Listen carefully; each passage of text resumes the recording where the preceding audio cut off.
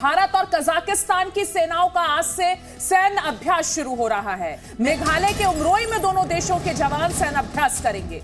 सेना ने कहा है कि यह अभ्यास भारतीय सेना और कजाकिस्तान की सेना के बीच रक्षा सहयोग के स्तर को बढ़ाएगा, जिससे दोनों देशों के बीच द्विपक्षीय संबंधों को और मजबूती मिलेगी। तो 28 दिसंबर तक चलेगा सेनाओं का ये अभ्यास। दोनों देशों के संबंध इससे मजबूत होंगे, ऐसा सेना की तरफ से बयान आया है। तो भारत और कजाकिस्तान का ये सैन्य अभ्यास आज से शुरू हो रहा है। वहीं चीनी सैनिकों से घुसपैठ से निपटने के लिए भारतीय सेना में त्रिशूल, वज्र और खास तरीके के स्टिक शामिल किए जा रहे हैं। इन हथियारों की सबसे खास बात यह है कि चीनी सैनिक इन्हें देखते ही भाग खड़े होंगे। देखा जाए तो गलवान में चीनी सैनिकों के साथ हुई झड़प के बाद भारतीय सेना ने खास तरीके के नॉन लीथल हथियारों की जरूरत महसूस की थी और अब ये हथियार सेना में शामिल हो रहे हैं। रिपोर्ट देखिए। कृषि से हर दिन, हर महीने, हर साल, इतना ही नहीं आपके रिटायरमेंट के लिए भी पैसे कमाना है? फिर देरी किस बात की? फ्रीडम ऐप को अब भी डाउनलोड कीजिए। चीन के खिलाफ सीना फाड़ प्रहार। चीन के सैनिकों की अभी तो सिर्फ रीढ़ की हड्डी टूटी है, अब सीना फाड़ प्रहार होगा। अब आप पूछेंगे कैसे? तो ये होगा त्रिशूल से। जो सबसे पहले हमारे पास इस वक्त जो नॉन लिथल वेपन है ये त्रिशूल है।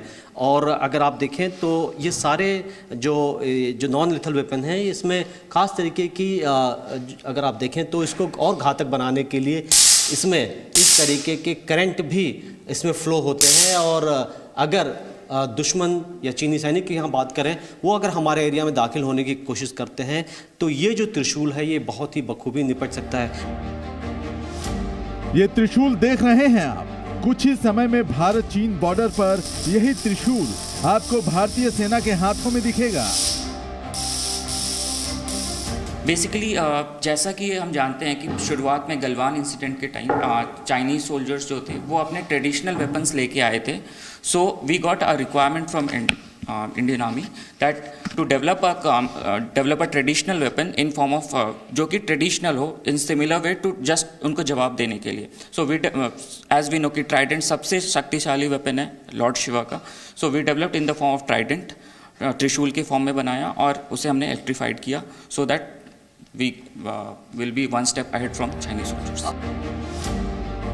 सिर्फ त्रिशूल ही नहीं, भारतीय सेना के लिए कई हथियार बनाए जा रहे हैं जो खासकर चीन के सैनिकों को जोर का झटका देने के लिए हैं।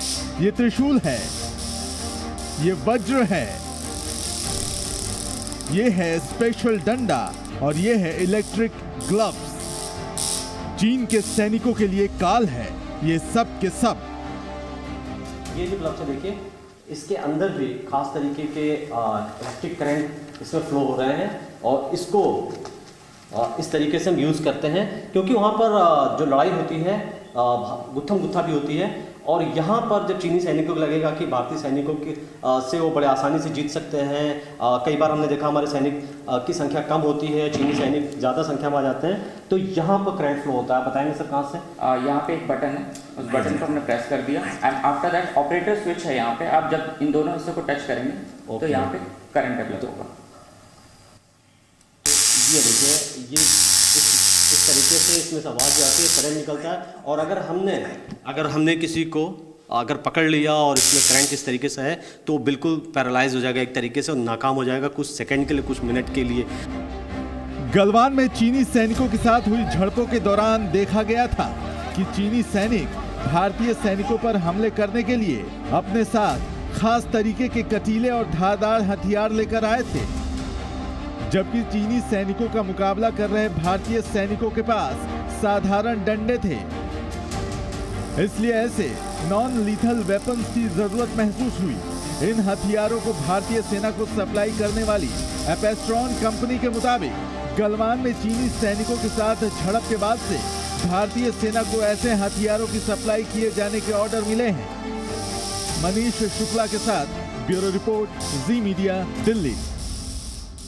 कृषि से हर दिन, हर महीने, हर साल, इतना ही नहीं आपके रिटायरमेंट के लिए भी पैसे कमाना है? फिर देरी किस बात की? फ्रीडम ऐप को अब भी डाउनलोड कीजिए।